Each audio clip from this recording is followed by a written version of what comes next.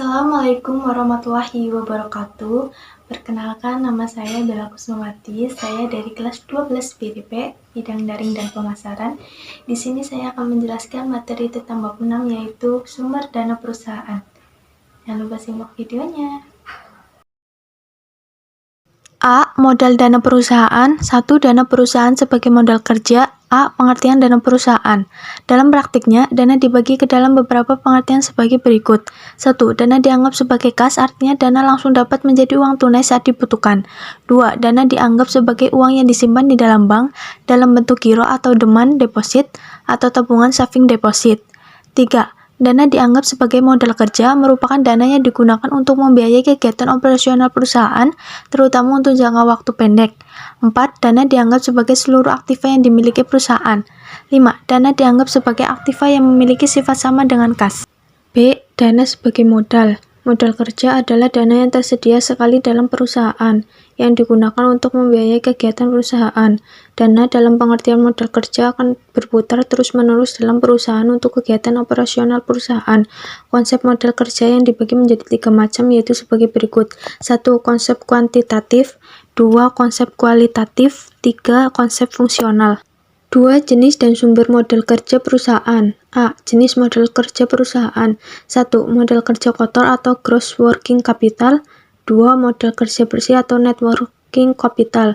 B. Sumber modal kerja perusahaan. 1. Hasil operasi perusahaan. 2. Keuntungan penjualan surat berharga atau investasi jangka pendek. 3. Penjualan aktiva tetap yang kurang produktif. 4. Penjualan saham. Dan 5. Pinjaman jangka panjang. 3. Tujuan dan fungsi modal kerja perusahaan.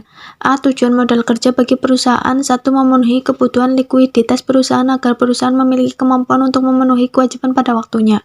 2. Memaksimalkan penggunaan aktiva lancar agar dapat meningkatkan penjualan dan laba.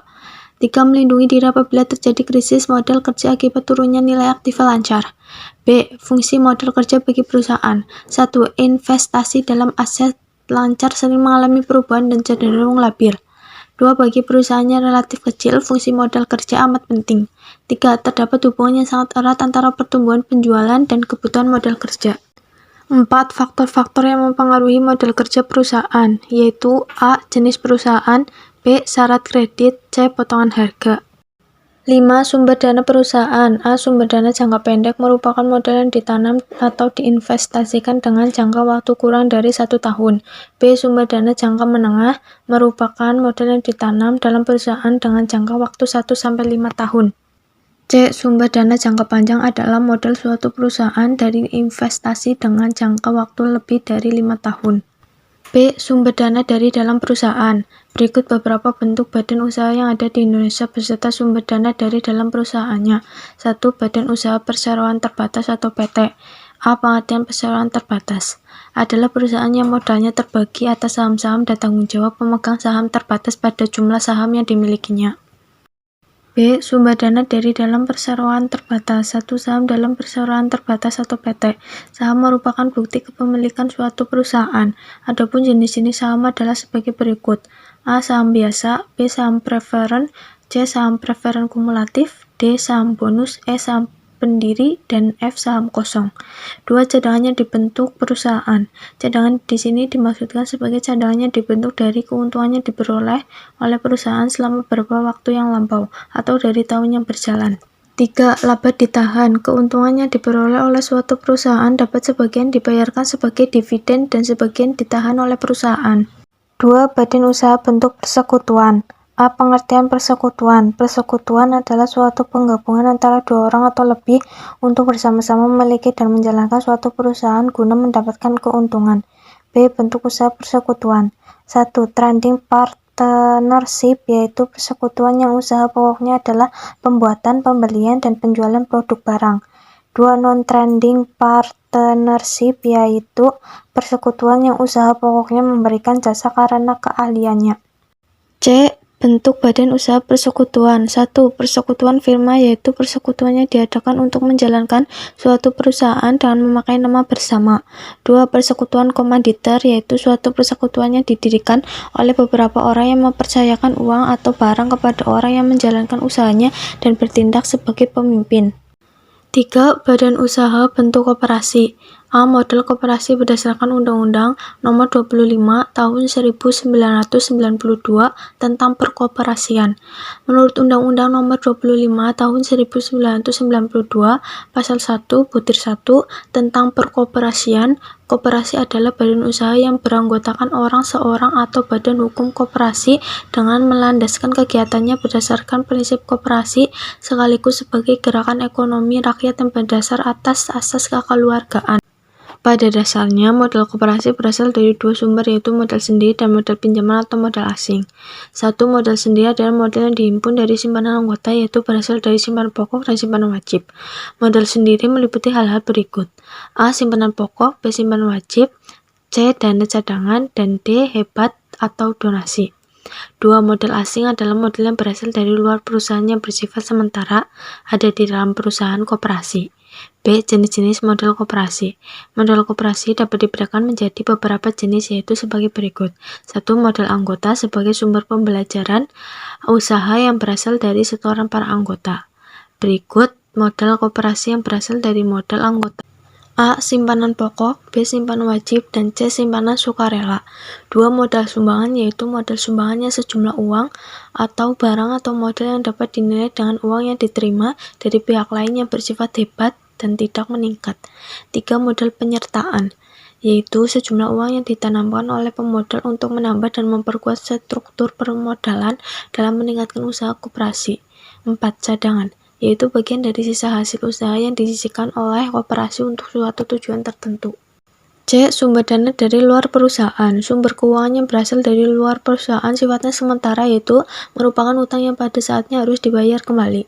Sumber dana utama dari luar perusahaan digolongkan menjadi 3 antara lain sebagai berikut. 1. Utang jangka pendek. Sumber dana jangka pendek dapat berupa utang jangka pendek, yaitu utang yang harus dilunasi kurang dari 1 tahun, meliputi hal-hal sebagai berikut. A. Utang dagang. B. Pinjaman bank jangka pendek dengan jaminan. C. Pinjaman bank jangka pendek tanpa jaminan. D. Surat janji tertulis. E. Surat berharga. F. Penjualan piutang. Dan G. Kredit rekening koran. 2. Utang jangka menengah. Utang jangka menengah yaitu utang yang jangka waktunya lebih dari 1 tahun tetapi kurang dari 5 tahun. Berikut bentuk utama dari kredit atau utang jangka menengah. A. Term loan. B. Leasing atau sewa guna usaha. C. Kredit usaha perbankan. D. Kredit bank pengkreditan rakyat atau BPR. E. Perum pegadaian. F. Koperasi simpan pinjam. G. Pinjaman BUMN. Dan H. Pinjaman kementerian. 3. Utang jangka panjang. Utang jangka panjang yaitu utang yang jangka waktunya lebih dari 5 tahun. Bentuk utama dari utang jangka panjang adalah sebagai berikut. A. Pinjaman obligasi. Pinjaman obligasi adalah pinjaman untuk jangka waktu yang panjang dari masyarakat di mana untuk pembayaran kembali dapat dilakukan secara sekaligus pada hari jatuh tempo. B. Pinjaman hipotek. Pinjaman hipotek adalah pinjaman jangka panjang dengan jaminan suatu barang tidak bergerak. D. Sumber dana dari lembaga keuntungan bank. 1. Kredit lembaga keuangan bank. Penilaian kredit menggunakan pedoman analisis 3R, 5C, dan 7B. Antara lain sebagai berikut. A. Penilaian kredit dengan analisis 3R. 1. Return, 2. Repayment capacity, dan 3. Risk bearing ability. B. Penilaian kredit dengan 7P. 1. Personality, 2. Party, 3. Purpose, 4. Prospect, 5. Payment, 6. Profitability, dan 7. Protection. C. Penilaian kredit dengan analisis 5C.